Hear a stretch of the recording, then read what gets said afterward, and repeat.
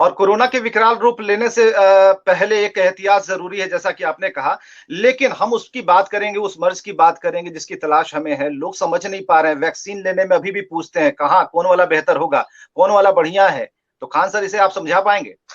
Sir देखिए, सबसे पहले तो हम बताते हैं कि ये किसी की शादी नहीं हो रही है कि आपको सेलेक्ट करना पड़ेगा कि कौन बेहतर है आपके लिए कौन नहीं। आपको जो गवर्नमेंट देगी वो लेना ही पड़ेगा। और रही बात हम्म। वैक्सीन की, तो सारी वैक्सीन भारत के पास तीन ही अवेलेबल है, वो भी तो 1 तारीख से स्पुतनिक अवेलेबल हुई। कोविडशील्ड, कोवैक्सीन और स्पुतनिक। मोस्ट प्रोबेबली आपको चांस है कि ज्यादातर आपको कोविडशील्ड ही वैक्सीन लगाई जाएगी।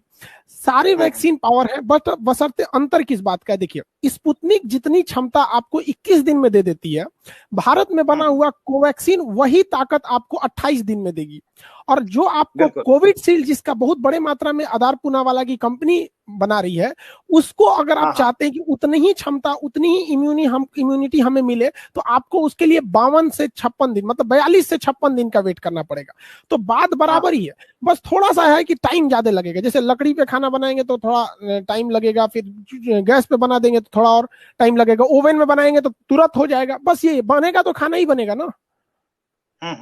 लोग एक चीज और समझना चाहते हैं आपसे, ये कैसे है? लोग कह रहे हैं कि मास्क, एक मास्क छोड़ दीजिए, 2 मास्क पहनना शुरू किया, 6 लेयर के बदले अब 9 लेयर पहनना शुरू कर दिया। तो इसे कैसे आप समझा पाएंगे कि अगर कोई सामने व्यक्ति है तो 6 लेयर पार कर कोरोना की ताकत है क्या जो घुस जाएगा हमारे मुंह में?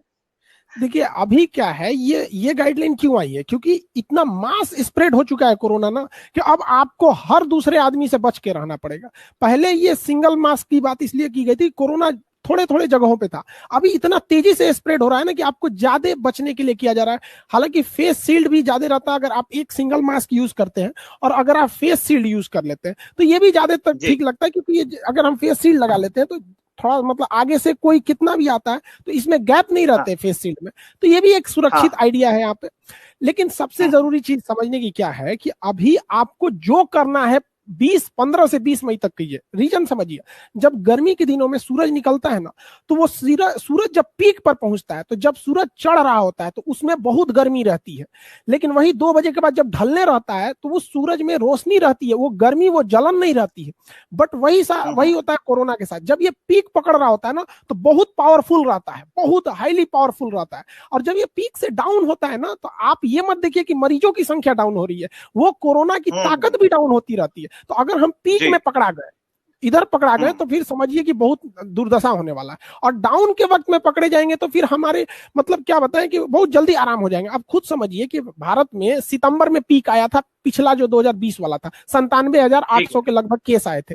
और बिहार में देखिए आप लोग सितंबर अक्टूबर में चुनाव हो रहा था, तो क्या उसमें कोरोना नहीं फैला? अगर फैला रहता तो इसी तरह हाहाकार भी मचा रहता, लोगों को लगा कि नहीं बिल्कुल। चुनाव। बात यह है कि उस समय जो बिहार इलेक्शन था वो कोरोना के डाउन फॉरवर्ड पोजीशन पे आया था, वो उतना घातक नहीं है। और जो बंगाल इलेक्शन है ये एकदम फॉरवर्ड पोजीशन पे पकड़ा गया है, तो एक बड़ा इसलिए ये कारण आप ज्यादा खतरनाक इलेक्शन है। को मान, ये बड़ा आप अब कारण मानते हैं कि इलेक्शन एक बड़ा कारण है? सर आपको बता देते हैं, गवर्नमेंट को नवंबर दिसंबर में ही आगाज कर दिया गया था कि ये सेकेंड वेव आएगा, बहुत घातक आएगा। लेकिन गवर्नमेंट के पास क्या था कि इलेक्शन कमीशन को 5-5 राज्यों के चुनाव कराने थे। अब हम हम्म। लॉकडाउन के बीच में चुनाव कराएंगे तो फजीहत होगा, उससे अच्छा क्या करते हैं, चुनाव करा देते हैं, लॉकडाउन भी नहीं रखते हैं। अब गवर्नमेंट, लॉकडाउन खत्म हो गया, ये चुनाव खत्म हो गया, उत्तर प्रदेश में पंचायत चुनाव में भी मतगणना कंप्लीट है लगभग। तो अभी क्या है कि गवर्नमेंट अब 1 से 2 दिन में एक्शन ले लेगी। ये चुनाव हाँ। आयोग ने बहुत गलत डिसीजन लिया, इतिहास याद रखेगा इस घटना को हमेशा।